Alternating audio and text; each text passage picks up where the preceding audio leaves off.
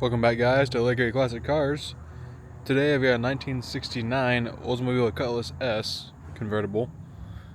White top, torch red.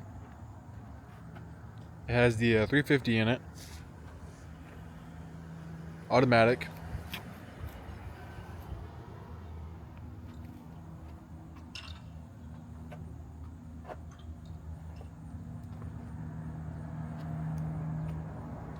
Factory bucket seats.